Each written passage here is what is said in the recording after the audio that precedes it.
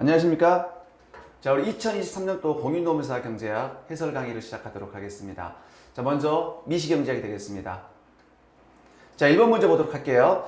자, 수요의 가격 탈락세에 관한 설명 중 옳은 것은 골라보세요. 나와 있습니다. 자, 종량세를 부과를 하게 되면 수요의 가격 탈락성이 공급의 탈락성보다 크다. 그러면 우리는 수요의 탈락성이 공급의 탈락성보다 크다면 소비자는 상대적인 강자가 되니까 소비자보다 작아진다 그랬잖아요. 만약에 볼게요. 수요의 탈락성이 크다.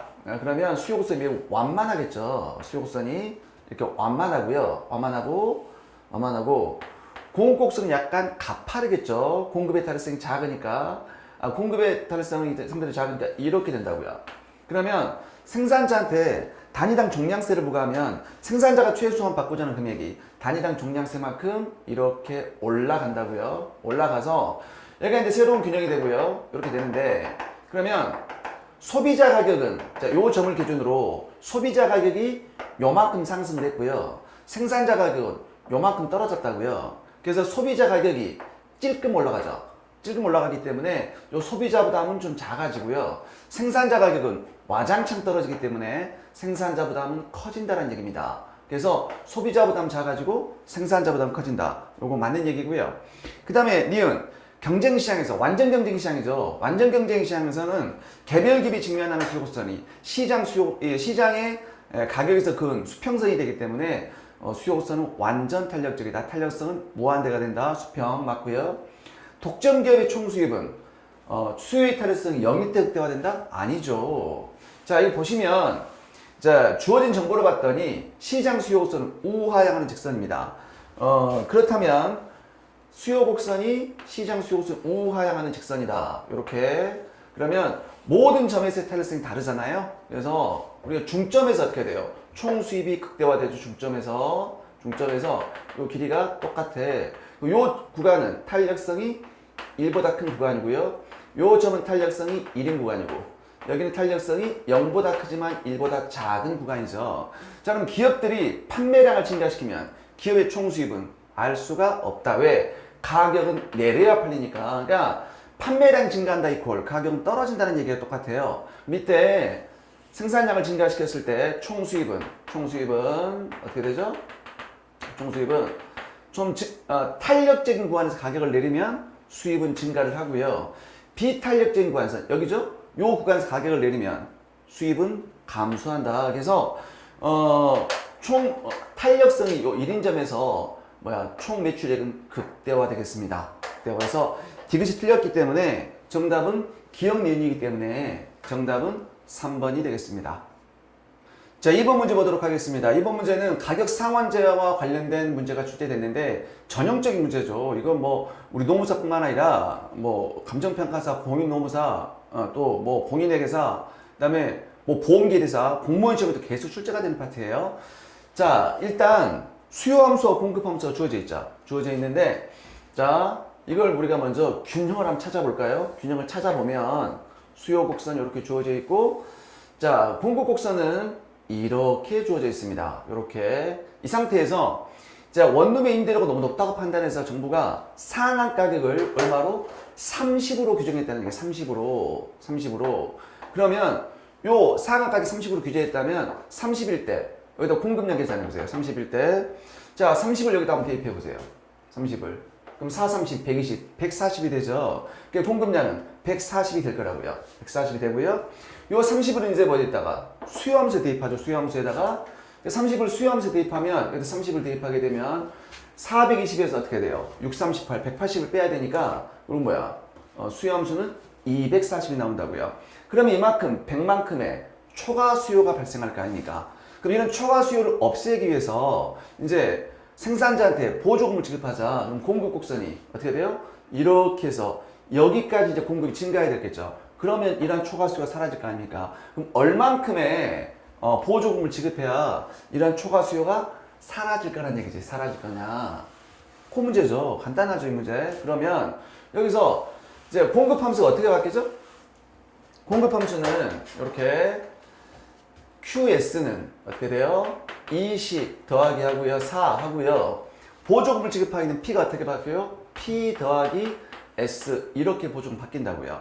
바뀌는데 요 요 점이 요 함수가 어떤 점을 지나야 돼? 요 함수가 자 가격이 30원이고 그때 공급량은 240이 돼야 되죠. 그럼 만족을 해야 된다고요. 그럼 가격에다가 어떻게 돼요?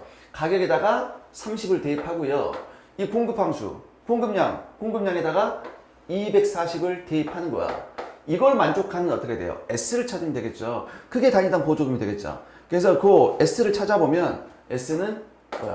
25가 됩니다. 그래서 단위당 보조금은 25가 되기 때문에 정답은 4번이 되겠습니다. 자, 3번 문제 보도록 하겠습니다. 3번 문제는 이제 불확실성하에서 소비자 선택 나왔는데 사실상 우리 노무사 문제 잘 출제가 되지 않은 파트예요. 그런데 출제가 좀 됐어요. 그래서 뭐 여러분들 이제 내년부터는 우리 노무사가 이제 문제가 25문제에서 40문제 늘어나죠. 그러니까 이것도 꼼꼼하게 공부를 좀 해 놓으셔야 돼요. 자, 불확실성의 소비자 선택. 너무나 간단한 문제죠. 화재가 발생하지 않을 시 수호득이 얼마다? 3,600이다.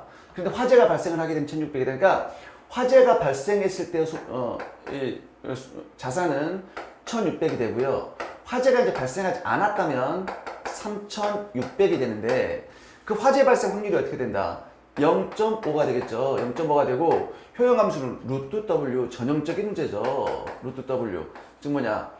유형 기피자 소득의 한계 체감하는 형태. 그럼 간단하죠. 그럼 기대소득과 기대이용 계산해라. 기대소득은 각각의 확률에다가 소득을 곱하면 되겠죠. 그래서 요거 0.5의 확률로 1,600이 되니까 0.5 곱하기 1,600. 그 다음에 나머지 0.5의 확률로 3,600이 되니까 0.5 곱하기 3,600. 그러면 800 더하기 1,800에서 2,600이 되고요.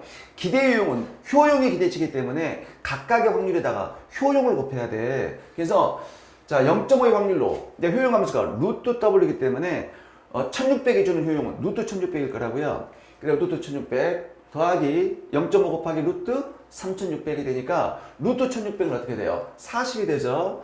루트 3,600은 6636이니까 60이 되겠죠?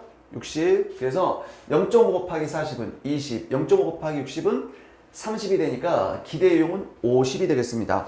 그래서 정답은 어떻게 돼? 5번이 되겠습니다. 자, 4번 문제 보도록 하겠습니다. 4번 문제는 생산함수와 관련된 문제가 출제가 됐어요.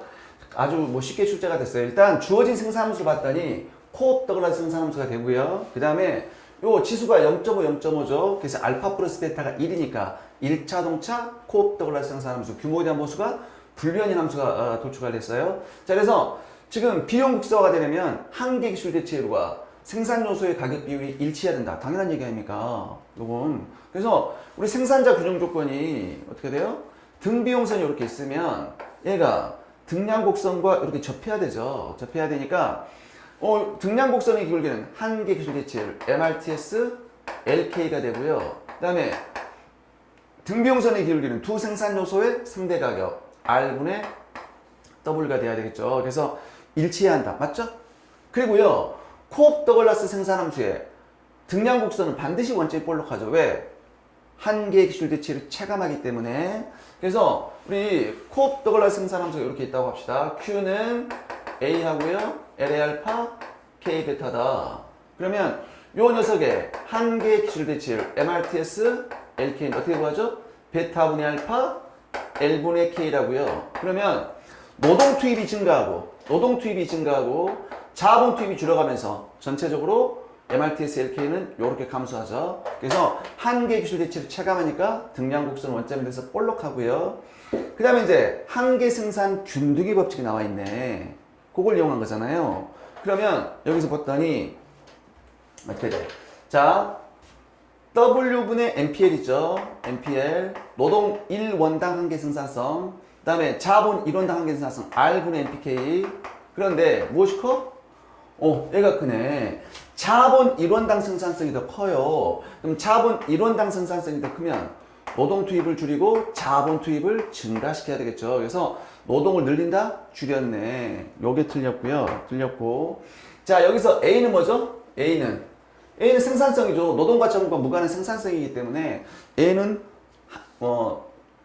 기술 진보, 기술 이런 거예요. 생산성이기 때문에 A가 커지면 기술 진보가 발생을 하게 되면 등량곡선은 안쪽으로 이동하죠. 기술 진보 안쪽으로. 그러니까 등량곡선이 이렇게 안쪽으로 이동한다는 얘기는 이렇게 Q0 이렇게 되죠? 안쪽으로 이동한다는 얘기는 뭐야? Q0, Q0. 생산량이 똑같다는 얘기죠. 생산량이 똑같은데 안쪽으로 이동한다는 얘기는 동일한 생산량을 생산함에 있어서 예전보다 더 적은 노동과 자본 투입으로 생산이 가능하다는 얘기니까 오케이 안쪽으로 이동한다. 맞고요. 등량 곡선과 등비용선이 접하는 점, 이 점에서 어떻게 돼요? 비용 극소화가 달성된다. 그래서 맞는 얘기고요. 정답은 3번이 되겠습니다. 자, 5번 문제 보도록 하겠습니다. 자, 5번 문제는 대체 탄력성과 관련된 문제가 출제가 됐어요. 그래서 대체 탄력성의 공식 뭐죠? 여기가 이제 뭐야?